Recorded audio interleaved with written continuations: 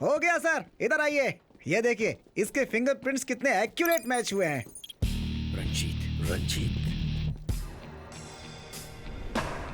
Ranjit, Joseph और मैं, हम तीनों इंटेलिजेंस में साथ काम कर चुके हैं। मेरे सुपरविजन में मुझे और मेरे टीम के 5 लोगों को खुफिया ऑपरेशन के लिए पाकिस्तान भेजा गया था। हम वहां अलग अलग भेस में लोगों के बीच घुल मिल गए।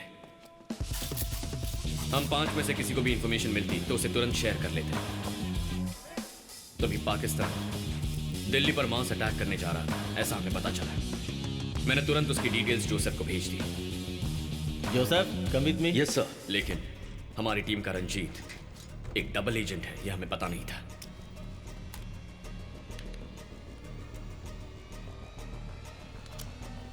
तुम यहाँ क्या कर रहे हो? स्टेपलर। हमारी लोकेशन, हमारी सारी डिटेल्स, पूरी इंफॉर्मेशन सिर्फ पैसों के लिए आईएसआई को बेच दी। उस इंफॉर्मेशन से अमीज खान ने हमारी टीम के 4 लोगों को मार दिया, लेकिन उन चारों ने अपना मुंह नहीं खोला और शहीद हो गए। कौन है तुम्हारा मुखिया? मुझसे मेरा मिशन पूछा क्या गया। है तुम्हारा ऑपरेशन? उसने मुझे कई दिन टॉर्चर किया। हैं?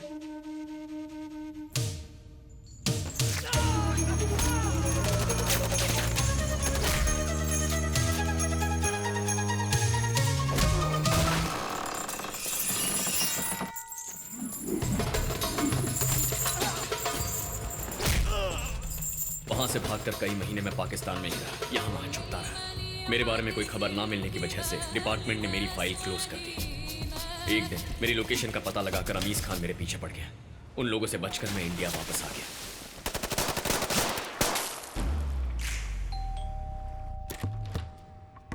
हमने रंजीत के घर छापा मारा। वहां तलाश करते हुए उसने हमें फंसाया। इससे जुड़े सारे कागजात, वॉइस नोट्स, डॉलर सब कुछ बरामद किए। उस प्रूफ के आधार पर हमने रंजीत को अरेस्ट कर लिया। देशद्रोही करार करके रंजीत को 6 साल की सजा सुनाई गई। तिहाड़ जेल भेजा गया। जाओ बेटा। बेइज्जती से उसकी बीवी शीला ने अपने बच्चे के साथ आत्महत्या कर ली। उसके बाद रंजीत की कोई खबर नहीं मिली। जब जोसेफ उसके बारे में इन्वेस्टिगेट कर रहा था, तब पता चला कि 3 महीने पहले जेल से रिहा होकर वो अंडरग्राउंड होकर ये सब काम कर रहा है। मैंने उसे ट्रेस करने की कोशिश की, लेकिन पता नहीं चला। बस करो इस रंजीत की स्टोरी। जब देखो टेररिस्ट, बॉम्ब, डेथ, वायलेंस। कभी तो रोमांटिक मूड में आया करो। नॉट नाउ, अभी थोड़ा काम है।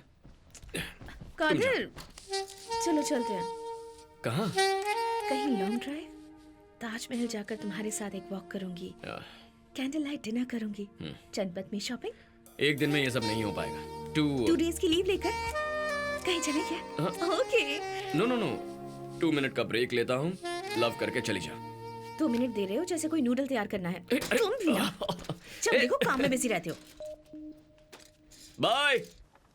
तंजावुर जिले के हजारों किसान रैली निकालकर धरना दे रहे हैं। ये धरना क्यों दे रहे हैं, आइए उनसे ही पूछते हैं। ये धरना किस लिए है? पहले से ही हमारे जिले में माइनिंग करके ये निकाल रहे हैं, वो निकाल रहे हैं। कॉर्पोरेट कंपनी को हमारी जमीन देकर उस पर खुदाई करके हमारी मिट्टी, हमारी फसल सब कुछ बर्बाद कर दी। अब फिर से खोदना है बताकर ये महान कंपनी फिर से खुदाई शुरू कर रही है और उसके लिए हमें डरा कर हमारी जमीन को खरीदा जा रहा है। लेकिन आज हम लोग शांत नहीं बैठेंगे। कंपनी के लोगों का कहना है कि अपनी जमीन आपने मर्जी से दी है। क्या ये सच है?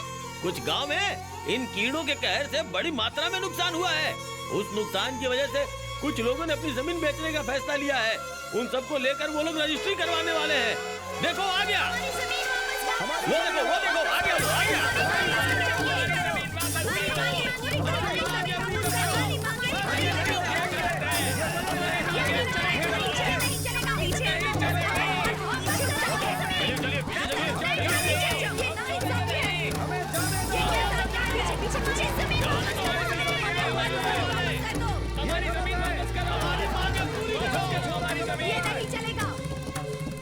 जमीन बेचने वाले यही लोग हैं सर। रजिस्ट्रेशन अभी तक क्यों नहीं हुआ? वो बात नहीं है सर, यहाँ पर हजारों किसान धरना दे रहे हैं सर। बड़ी प्रॉब्लम हो जाएगी। पुलिस फोर्स और चाहिए, मैनेज नहीं हो पाएगा। पुलिस वालों को बंदूकें दीपावली में चलाने के लिए दी हैं क्या?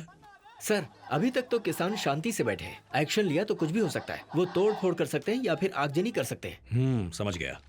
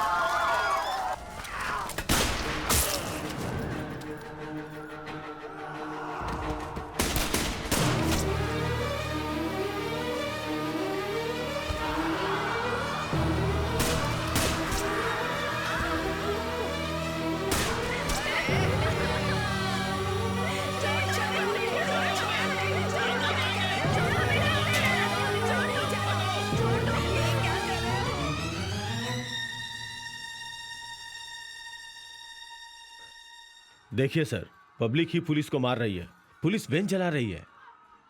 तंजावुर जिले में माओवादी बढ़ते जा रहे हैं। बीज बोने वाले, नारियल छीलने वाले, प्राकृतिक खेती के नाम पर ऐसे लोग रह रहे हैं। वहां पर झगड़े बढ़ने की वजह यही लोग हैं सर। तुम टेंशन मत लो, सब मुझ पे छोड़ दो। आर्मी फोर्स को भेजकर इनको क्लीन करवा देते हैं, फिर कोई भी धरने का नाम नहीं लेगा। याद रखिए मेरी बात। 1 महीने के अंदर 6 दंगे हो चुके हैं, 16 पुलिस वाले मारे जा चुके हैं। मिलिट्री भेजकर हमारी जनता पर ही वार, कितना अच्छा हिटलर वाला आइडिया है। अच्छा, इन पुलिस की वजह से इस 1 महीने में कितनी जनता मारी गई है? अब ये सब क्या लगा रखा है हा? बोलो कदीर। 312 लोग मर चुके हैं। ओह गॉड, इतने सारे लोग, ऐसा क्यों हो रहा है? सर, थोड़ा ओपनली बात कर सकता हूँ? या जैसा सर ने कहा, बीज बोने वाला, नारियल छीलने वाला, प्राकृतिक खेती करने वाला भेस बनाकर नहीं घूमता, वही तो उसकी जिंदगी है। उसकी जमीन से होता अन्याय देखकर उसका खून खौलता है, तब वो धरने पर बैठता है। अगर धरना देना गलत है तो धरने की सिचुएशन पैदा करना भी गलत है। तो उसके लिए सरकारी चीजों को बर्बाद करना तुम्हें अच्छा लगता है? पब्लिक जो पुलिस को मार रही है वो सही है क्या? वो लोग पब्लिक नहीं है सर, पब्लिक की तरह दिखने वाले लोग हैं। बाकी चैनल पर दिखाए फुटेज को भी देखिए। पुलिस कैसे लोगों का सिर फोड़ रही है, कैसे जानवरों की तरह लोगों पर बेझिझक गोलियां चला रहे हैं। ये सब तो यहाँ किसी फुटेज में नहीं है। यहाँ आपको और मुझे दिखाने के लिए एक अलग फुटेज एडिट किया गया है। हमारी पुलिस आग बुझाती भी है, लेकिन जरूरत पड़े तो आग लगा भी सकती है। हेलो, तुम एक गवर्नमेंट ऑफिसर हो, माओवादियों की तरह बातें क्यों कर रहे हो? Shut up. इन्हें बोलने की परमिशन मैंने दी है। एग्रीकल्चरल लैंड में माइनिंग लाइसेंस देना ही प्रॉब्लम है क्या कदीर? वही तो गलत है सर। रिसर्च करेंगे, खनिज निकालने का लाइसेंस लेकर थोरियम, यूरेनियम ये चुपचाप निकालकर बाहर विदेश में भेजा जा रहा है। पीढ़ी दर पीढ़ी खेती की जाने वाली जमीन पर अचानक से सुरंग बनाने का लाइसेंस दे दिया जाए तो किसान कहां जाएगा सर? जिंदगी का मकसद खत्म, जीने का आधार खत्म तो क्या करेगा? आई एम सॉरी सर, लेकिन अगर मैं वहां होता तो मैं भी इस वक्त धरना ही देता। वहां की सो कॉल्ड लीगल माइंस को हम बंद क्यों नहीं कर सकते? 8 माइंस महान ग्रुप ऑफ कंपनीज महादेव की है। उनके पास excise, export, environmental, pollution control ऐसे सभी डिपार्टमेंट की परमिशन है, इसलिए चला है। वो कोर्ट भी जा सकते हैं। जाने दो, उसी कोर्ट में हम लोग भी जाएंगे, क्या होगा देख लेंगे।